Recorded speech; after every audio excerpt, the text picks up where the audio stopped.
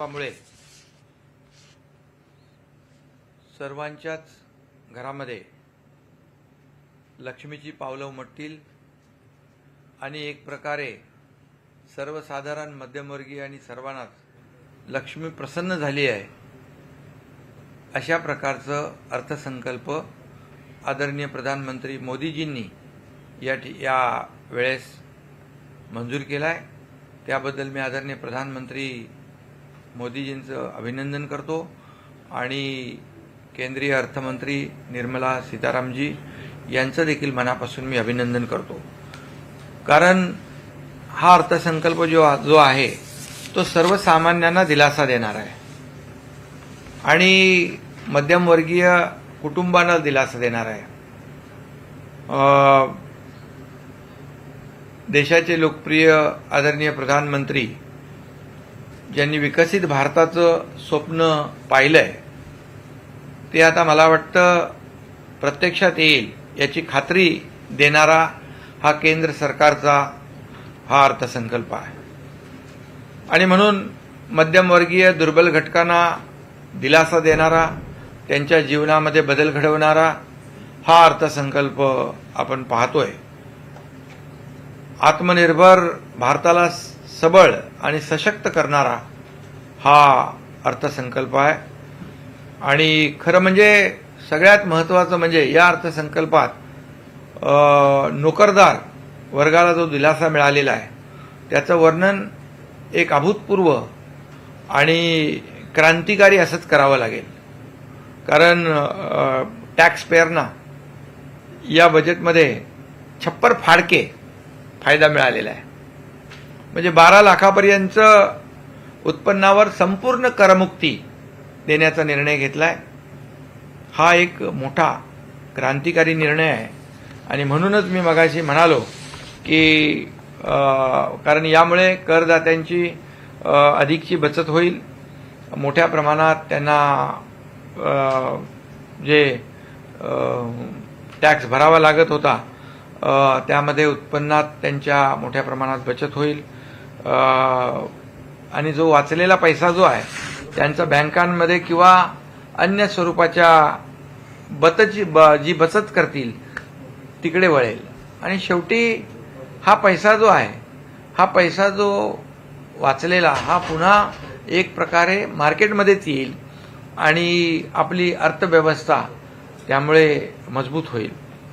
याच्यामध्ये शेतकरी, महिला, ज्येष्ठ नागरिक, युवक वर्ग, मध्यम वर्ग, उद्योग क्षेत्र या सगळ्या क्षेत्रांचा विचार करणारा हा विकासाभिमुख लोककल्याणकारी असा अर्थसंकल्प आहे आणि जवळपास शिक्षण, आरोग्य आणि कृषी या तिन्ही क्षेत्रांना नवसंजीवनी देणारा अर्थसंकल्प आहे असं म्हटलं तरी ते वावगं ठरणार नाही आणि त्यामुळे शेतकऱ्यांसाठी ज्या योजना केल्या, निर्णय घेतले, धनधान्य कृषी योजनेमुळे शेतकऱ्यांच्या घरात समृद्धी येईल। किसान क्रेडिट कार्डासाठी लिमिट वाढवलेलं आहे। कृषी क्षेत्रात तंत्रज्ञानाचा मोठ्या प्रमाणावर उपयोग करण्यात येणार असल्यामुळे दर्जेदार उत्पादनात देखील वाढ होईल, म्हणजे खर्चामध्ये बचत होईल आणि उत्पादनात वाढ होईल असा दुहेरी फायदा यामध्ये होईल। यामध्ये आरोग्य क्षेत्रात देखील मोठा निर्णय त्यांनी घेतलाय। कस्टम ड्युटीमध्ये कॅन्सरसह इतर 36 आजारांच्या औषधांना कस्टम ड्युटीतून वगळलेला आहे। त्यामुळे गोरगरिबांना किफायतशीर औषधं मिळतील, परवडणाऱ्या किमतीत औषधं मिळतील आणि त्यांना उपचार करणं सोपं जाईल। मेडिकलच्या 10,000 जागा वाढवण्याचा निर्णय घेतला आहे, त्यामुळे वैद्यकीय शिक्षण आता अधिक विद्यार्थ्यांना घेता येणं शक्य आहे। त्याचबरोबर एआयवर, आर्टिफिशियल इंटेलिजन्सवर भर दिलेला आहे, म्हणजे तंत्रज्ञानावर आधारित विकास करण्यावर भर दिलेला आहे। त्यामुळे रोजगार निर्मिती आणि आत्मनिर्भर भारताच्या दिशेने ठोस पावलं या अर्थसंकल्पात टाकून सर्वसमावेशक विकासावर भर दिलेला आहे। त्याचबरोबर महिलांना कौशल्य विकासाचं प्रशिक्षण असेल, विशेषतः मागास वर्गातील महिलांना स्वयंरोजगार आणि उद्योगासाठी नवीन योजना, यामुळे गोरगरीब महिला स्वतःच्या पायावर उभ्या राहतील आणि त्या आत्मनिर्भर होतील. युवकांच्या विकास कौशल्यावर देखील भर दिलाय.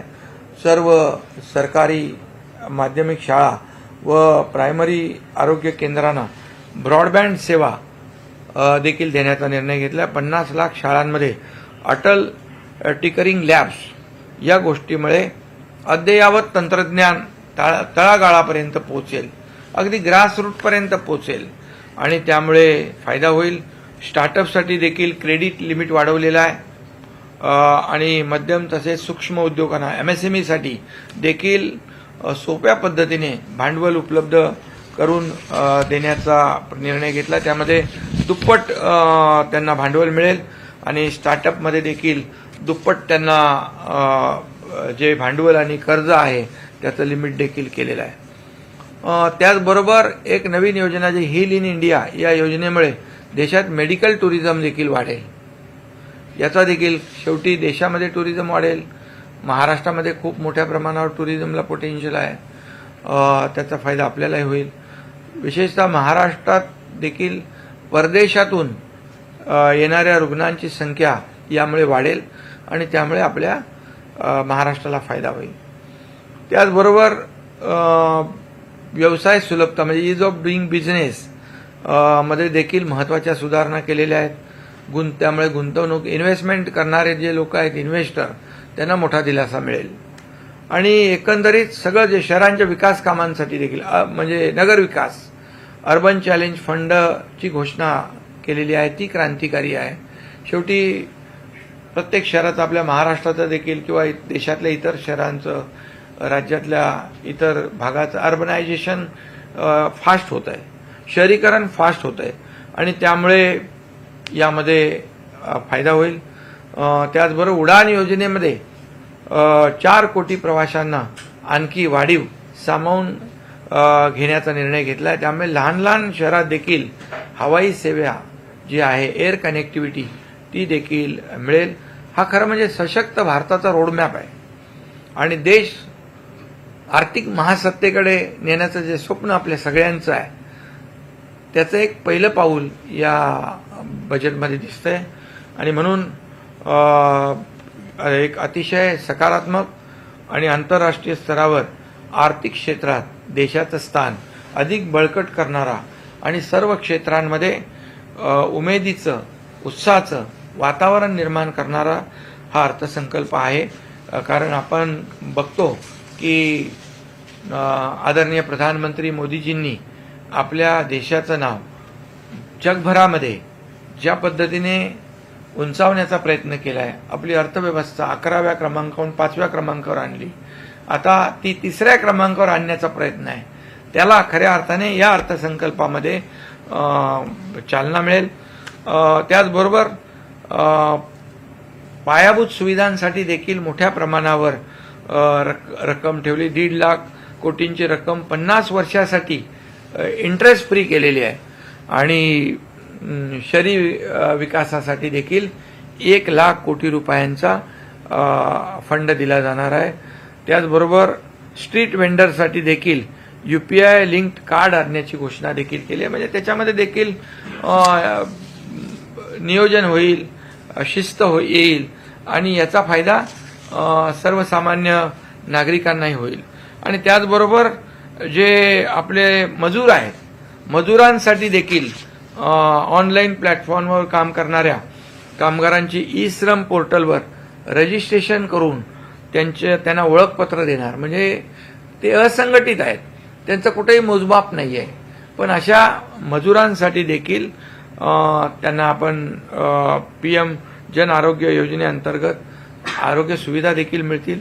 त्यामुळे त्यांचंही जीवन जे आहे, काय त्यांना काय फिक्स असं काय त्यांचं उत्पन्न नाही आहे आणि त्यामुळे असंघटित कामगारांना देखील न्याय देण्याचा काम यामध्ये केलेलं आहे. त्यामुळेच मी म्हणालो की खऱ्या अर्थाने हा अर्थसंकल्प जो आहे, हा आपण लक्ष्मीची पावलं येती घरा तोची दिवाळी दसरा म्हणतो आपण ना, तसं हा एक असा अर्थसंकल्प आहे की सर्वसामान्य मध्यमवर्गीय लोकांच्या घरात लक्ष्मीची पावलं उमटल्याशिवाय राहणार नाहीत. आणि त्यामुळे आदरणीय प्रधानमंत्री महोदयांना मी मनापासून त्यांचं अभिनंदन करतो, मनापासून त्यांना खूप खूप शुभेच्छा देतो. आणि गेल्या 2.5 वर्षामध्ये देखील महाराष्ट्रासाठी त्यांनी वाढवणसारखं 76 कोटीचा मोठा प्रकल्प, त्याचबरोबर आपलं मेट्रोसाठी, रेल्वेसाठी, रस्त्यांसाठी, फ्लायओव्हरसाठी, अनेक बुलेट ट्रेनसाठी अनेक योजनांसाठी त्यांनी आपल्याला पैसे दिलेले आहेत. त्यामुळे लाखो कोटी या महाराष्ट्राला देखील गेल्या 2.5 वर्षात त्यांनी दिले. आणि त्यामुळे या महाराष्ट्राला देखील आपल्याला पुढे नेता आलं. आपली जी एक रेल्वे केली ना, काय ती वंदे भारत, त्याच्या देखील अनेक ट्रेन्स महाराष्ट्रात कनेक्टिव्हिटीसाठी दिल्या. त्यामुळे एकंदरीत 2.5 वर्षात महाराष्ट्रामध्ये देखील खूप पैसे केंद्राकडून मिळाले. कारण केंद्र आणि राज्य सरकार जेव्हा एका विचाराचं असतं आणि मग आपण एका विचाराने विकासाचा अजेंडा घेऊन पुढे जातो, त्यावेळेस मग केंद्र देखील आपल्याला भरभरून देतं. आणि म्हणून मी पुन्हा एकदा आदरणीय प्रधानमंत्री नरेंद्र मोदीजी जे देशाला आर्थिक महासत्तेकडे नेण्याचं स्वप्न पाहत आहे, त्यांचं मनापासून अभिनंदन करतो. आणि केंद्रीय अर्थमंत्री निर्मला सीतारामजी यांचंही मनापासून अभिनंदन करतो. सर, लाडकी बहीण योजना तर केंद्र सरकार राबवणार असं म्हणताय, काय अशी माहिती आहे? बघा, आपल्या या बजेटचा फायदा, अर्थसंकल्पाचा, आपली तर योजना आहे लाडक्या बहिणींची. याच्यामध्ये महाराष्ट्रातले नोकरदार खूप जास्त आहेत, त्यांना त्याचा फायदा होईल. त्याचबरोबर करदात्यांना त्याचा फायदा होईल. कारण सर्व करदाते, जास्तीत जास्त करदाते हे महाराष्ट्रामध्ये आहेत. म्हणजे करदात्यांना बेनिफिट होईल आणि या क्रांतिकारी निर्णयाचा. आणि महाराष्ट्रातल्या आमच्या लाडक्या बहिणी, लाडके भाऊ, लाडके विद्यार्थी, लाडके शेतकरी, लाडके ज्येष्ठ, या सगळ्यांनाच याचा फायदा होईल. कोविड काळ असेल या नोटबंदी असेल, याच्यामुळे मोठा फटका बसला होता भारताला. त्याच्यानंतर पुढे सावरत महाराष्ट्र देखील सावरला. आणि महाराष्ट्रातलं कृषी, पर्यटन, पायाभूत सुविधा, उद्योग या सर्वांना बळकटी देणारा हा अर्थसंकल्प आहे. तर कोविड काळ असेल या नोटबंदी असेल, मोठा फटका बसला होता. त्यानंतर सर्व महागाई देखील वाढायला लागलेली आहे. अनेक दरामध्ये वाढ केलेली आहे प्रवासामध्ये. असं बघतात एकीकडे नाही, आता म्हणून याच्यामध्ये तुम्हाला एकीकडे जो बेनिफिट दिलेला आहे, सगळ्यात महत्वाचं म्हणजे तुम्ही 12 लाखाचं उत्पन्न ज्यांना आहे त्यांना तुम्ही याच्यातून पूर्ण सूट दिली आहे. त्यामुळे फार मोठ्या प्रमाणावर हा बेनिफिट जो आहे हा मध्यमवर्गीय नोकरदारांना मिळेल. आणि त्यामुळे एक मोठा दिलासा या बजेटमुळे लोकांना मिळालेला आहे. सर, अनेक टीव्ही असेल, इलेक्ट्रॉनिक ज्या वस्तू ते सुद्धा झालेले आहे आजच्या बजेटमध्ये. हो, मी मगाशी म्हटलं ना की कॅन्सर सारखे इतर 36 आजार जे आहेत त्या आजारांना कस्टम ड्युटीमधून सूट दिलेली आहे. हा, आणि कर ह्याच्याबरोबर 12 लाखाचं उत्पन्न करमुक्त करण्याबरोबर जे स्टँडर्ड डिडक्शनची मर्यादा 50,000 होती ती पण 75,000 केली. त्याच्यामुळे देखील फायदा होईल. आज का जो अर्थसंकल्प है ये मैं कहूँगा कि हर घर में लक्ष्मी प्रसन्न हुई है. लक्ष्मी क्या कहते हैं उसको, लक्ष्मी के पाव कदम हर घर में पड़े हैं. जैसे मराठी में कहावत है, लक्ष्मी येती घरा तोची दिवाळी दसरा. वैसे इस अर्थसंकल्प में लोगों के जीवन में दिवाली दसरे जैसा आनंद लेकर ये बजट आया है. इसका मैं स्वागत करता हूं और देश को महासत्ता की ओर ले जाने का सपना देखने वाले आदरणीय प्रधानमंत्री नरेंद्र मोदी जी का अभिनंदन करता हूं और उनको बहुत बहुत महाराष्ट्र की ओर से धन्यवाद देता हूं और हमारे केंद्रीय अर्थ मंत्री निर्मला सीताराम जी, इनका भी अभिनंदन करता हूं। ये पहला कदम है देश को आर्थिक महासत्ता की ओर ले जाने वाला। जो के अर्थ संकल्प है, ये सामान्य लोगों को, मिडिल क्लास को ये एक बहुत बड़ी ताकत देने वाला है। मैं कहूँगा कि ये तो देखेंगे हम तो एक टैक्स पेयर जो है उनको 12 लाख तक का टैक्स माफ कर दिया है, उनका स्टैंडर्ड डिडक्शन का लिमिट बढ़ा दिया है।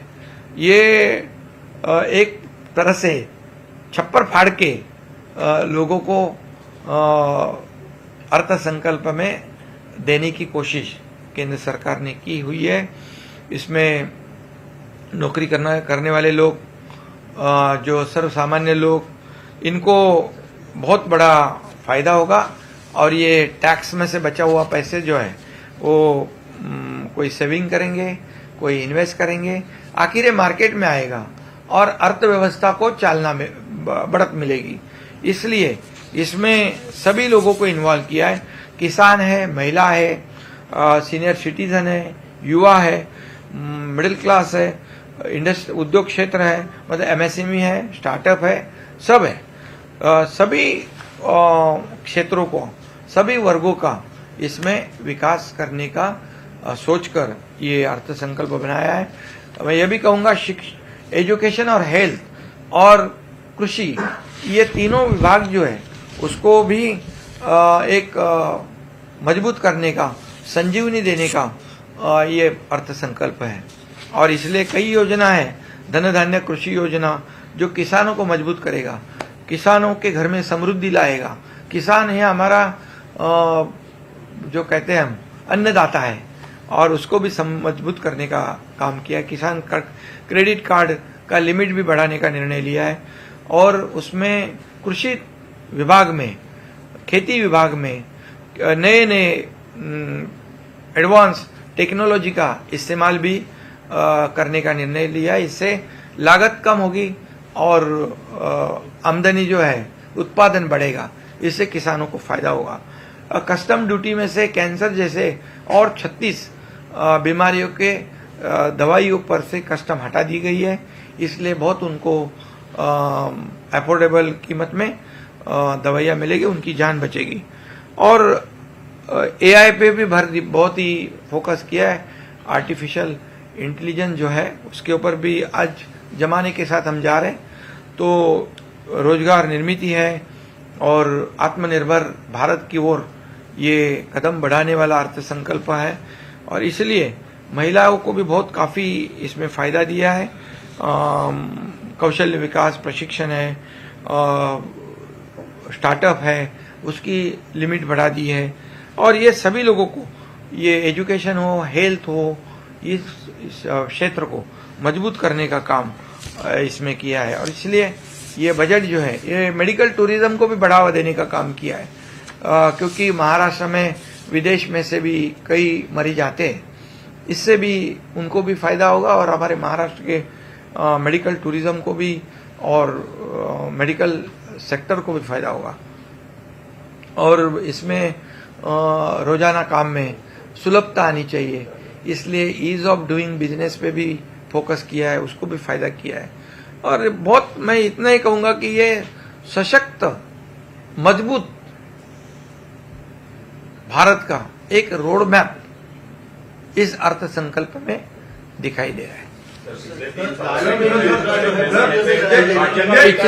पिछले 2.5 साल में भी केंद्र ने हमें बहुत पैसे दिए हैं। बुलेट ट्रेन हो, मेट्रो हो, रेलवे हो और इसके साथ ये जो वाडवन का पोर्ट है, ये 76,000 करोड़ का नगर विकास हो, कई जो हमारे प्रस्ताव आए हैं, उस प्रस्ताव को केंद्र सरकार ने कभी ना नहीं कहा, हमें खाली हाथ नहीं भेजा। जो हमने राज्य के विकास के लिए मांगा वो देने का काम किया। इसका फायदा भी हमें ये विधानसभा के चुनाव में हुआ है, डबल इंजन सरकार का। हे जे बजेट आहे कुठेतरी पोटात गोळा आणण्यासारखं बजेट आहे. त्यामुळे अदानी असेल या भाजपला हे बजेट पुरेसे आहे असं आता विरोधक म्हणाला. विरोधकांना काय पाहिजे? विरोधकांनी एवढाच विचार केला पाहिजे, खरं म्हणजे हे बजेट काय महाराष्ट्र आपल्या देशातच आहे ना, का देशाच्या बाहेर आहे? या मागच्या बजेटमध्ये पण असाच त्यांनी आरोप केला, महाराष्ट्राला काय दिलं, महाराष्ट्राला काय दिलं. अरे नंतर कळलं की महाराष्ट्राला प्रत्येक योजनेमधून पैसे आहेत, कारण आपल्याकडे करदाता सगळ्यात जास्ती आहेत, त्याचा बेनिफिट त्यांना होणार. नोकरदार वर्ग जास्ती आहे, त्याचा बेनिफिट होणार.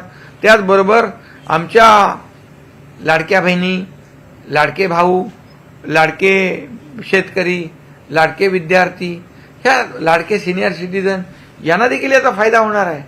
त्यामुळे या बजेटमध्ये भरभरून तरतुदी आहे. तुम्हाला डिटेल सगळं कळेल. आणि मग विरोधक मागच्या वेळेस पण असंच बोलले, नंतर डिटेलमध्ये त्यांना कळलं महाराष्ट्राला या या योजनेमध्ये पैसे आहेत, या योजनेत पैसे आहेत, मग त्यांची तोंड गप्प झाली. त्यामुळे आता देखील संध्याकाळी त्यांचे आवाज बंद होतील. मी एवढंच सांगतो, बजेटने किंवा या अर्थसंकल्पात महाराष्ट्राला काय दिलं हे विचारण्यापेक्षा महाराष्ट्राने तुम्हाला या विधानसभेत काय दिलं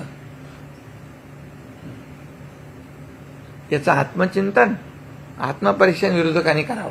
सर, पृथ्वीराज चव्हाण असं म्हणतायत की आताचा जो युनियन बजेट आहे हा निराशाजनक आहे. जे निराश झालेले लोक आहेत त्यांना आशावादी कसं करता येईल?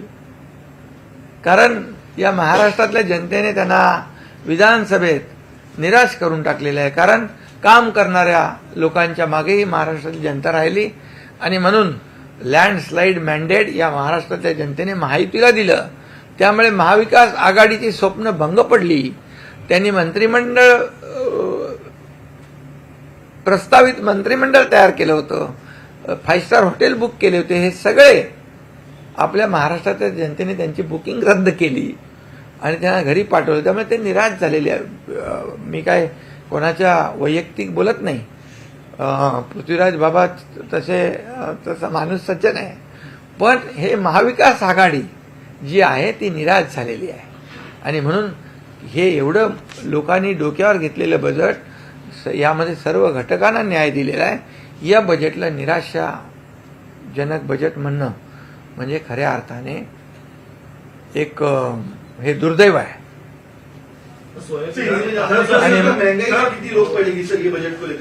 ये बजट में कपास, सोयाबीन को भी ध्यान में रखा है, उसमें भी कुछ बदलाव लाने की बात भी की है. इसलिए किसानों को भी केंद्र बिंदु मानकर इसमें काम किया है. इसलिए ये किसानों का, आम आदमी का, महिलाओं का, सभी लोगों का, हर वर्ग के लिए बहुत दिलासाजनक ये बजट है. मैंने पहले ही कहा कि ये छप्पर फाड़ के देने का काम, किसको एक्सपेक्टेशन नहीं था इतना, ये एवढं अपेक्षित नव्हतं. परंतु आदरणीय मोदी साहेबांनी तिसऱ्यांदा या ठिकाणी त्यांना देशाने कौल दिला. तिसऱ्यांदा त्यांनी प्रधानमंत्री पदाची हॅट्रिक केली आणि महाराष्ट्रात देखील एकतर्फी विजय मिळाला.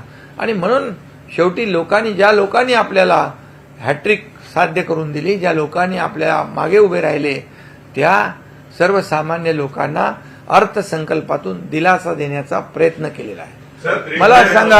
मला सांगा यापूर्वी काँग्रेस असेल, कुठलं इंडिया आघाडी असेल, इंडिया अलायन्स असेल, हे काय म्हणायचे? काँग्रेस म्हणायचे गरीबी हटाओ, गरीबी हटाओ, गरीबी हटाओ. हटली गरीबी? गरीब हटला? गरीबी हटी नहीं, गरीब हट गया. लेकिन मोदी जी ने 35 करोड़ लोगों को गरीबी से ऊपर उठाया, उनका जीवनमान ऊंचा कराया. और 80 करोड़ लोगों को मुफ्त में राशन देने का निर्णय किसने लिया है? उसको आगे 5 साल को बढ़ाया किसने किया है? आदरणीय प्रधानमंत्री मोदी जी ने किया है. योजना सेंटर की तरफ से यूज की जाएगी तो महाराष्ट्र का उसका बर्डन कहीं ना कम होगा, तो उसको लगता है फायदा होगा इससे. देखिए, हम महाराष्ट्र और केंद्र सरकार एक ही है, एक विचारधारा की पार्टी है हमारी, सरकार है एक विचारधारा वाली. क्या विचारधारा हमारा? लोगों की सेवा करना, लोगों को न्याय देना, लोगों का विकास करना और ये राज्य का और देश का विकास करना, ये देश की प्रगति करना, राज्य की प्रगति करना, यही हमारा एजेंडा है। सर संजय संजय शिरसाट असं म्हणालेले आहेत की उद्धव ठाकरे आणि एकनाथ शिंदे यांना एकत्र आणण्यासाठी प्रयत्न करणार असल्याचं. अरे बाबा, त्यांनी मला फोन केला होता, त्यांनी काय म्हटलं ते तुम्ही छापत नाही, दुसरंच छापताय आणि ह्याच्यावर खासदार श्रीकांत शिंदेनी तिकडे बाईट दिलेली आहे, त्यामुळे मी त्याच्यावर काय बोलत नाही. उद्धव शास्त्री कुठेतरी पाठराखण करत आहे मुंडे यांची. आज चांगला दिवस आहे, एवढा आनंदाचा दिवस आहे, हे लोकांच्या जीवनामध्ये लक्ष्मी प्रसन्न झालेली आहे. तर तुम्ही आता हे बाकी विषय आज नका, उद्या आपण भेटू आणि उद्या सोनिया गांधी ने राष्ट्रपति को पुअर लेडी करके कहा था, इस चीज को आप किस तरीके से? देखिए, राष्ट्रपति एक सर्वोच्च पद है, सर्वोच्च पद है. जब अन्य राष्ट्रपति थे जो दूसरे पार्टियों के थे, राष्ट्रपति किसी पार्टी का नहीं होता है, राष्ट्रपति पूरे देश का एक प्रथम नागरिक, सर्वोच्च स्थान पे बैठा हुआ एक पद है वो. और ऐसा उनके बारे में कहना ये बहुत ही दुर्भाग्यपूर्ण है. और मुझे लगता है कि ये बजट देकर निराशाजनक वक्तव्य उन्होंने किया होगा. तो मैं इतना ही कहूँगा कि जब इससे पहले भी जो राष्ट्रपति थे उनका भी हम सभी लोग सम्मान करते थे, और अभी जो राष्ट्रपति हमारी द्रौपदी मुर्मू मैडम है, वो उनका भी सम्मान पूरा देश ने करना चाहिए. राज ठाकरे सामनातून समर्थन केलंय त्यांच्या भूमिकेचं. त्या संदर्भात राज ठाकरे कुणाच्या भूमिकेचं? राज ठाकरेंची भूमिका घेतली, भाषणातून जे बोलले होते त्याचं समर्थन सामनातून केलं. त्यांनी नैराश्य दाखवले की सामनाने केलंय. अच्छा. मग ते जे मोदीजींच्या आणि अमितभाईंच्या आणि आमच्या महायुतीच्या विरुद्ध बोलतील, ते एक वाईट बोलू दे, चांगलं बोलू दे, त्याचं समर्थन तर सामन्यामध्येच होणार ना. कारण आमच्या विरुद्ध आरोप करणं, आमच्या विरुद्ध बोलणं, शिव्याशाप देणं हे त्यांचं कर्तव्य आहे आणि ते कर्तव्य पार पाडतायत. त्याच्याबद्दल मला काही जास्ती बोलायचं नाही. दरेकरच्या आरोपणांचा एसआयटी स्थापन झालेली आहे. कुठेतरी फडणवीस आणि शिंदेना खोट्या गुन्ह्यामध्ये अडकवण्याचं काम षडयंत्र सुरू होतं, त्या संदर्भातल्या एसआयटी आता स्थापन झाली. नाही, यामध्ये महाविकास आघाडीमध्ये असताना मी यापूर्वी देखील म्हणालेलो आहे की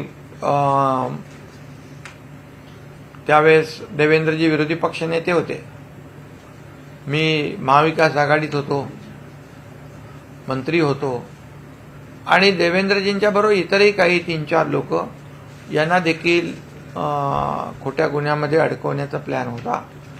आणि त्याच्यामध्ये आणि एक जी व्हिडिओ क्लिप निघाली त्याच्यामध्ये देवेंद्रजी आणि एकनाथ शिंदे या दोघांना त्या खोट्या गुन्ह्यामध्ये अडकवण्याचा प्लॅन झाला होता. ही वस्तुस्थिती होती. आणि हे खरं म्हणजे दुर्दैव आहे, देवेंद्रजी तर विरोधी पक्ष नेते, पण मी तर सत्ताधारी पक्षातला होतो. आणि पण तो मौका, संधी त्यांना मिळाली नाही, कारण मी सरकारच पलटवून टाकलं, प्लॅन बसला. प्लॅन फसला. त्यांच्यावर मोकळा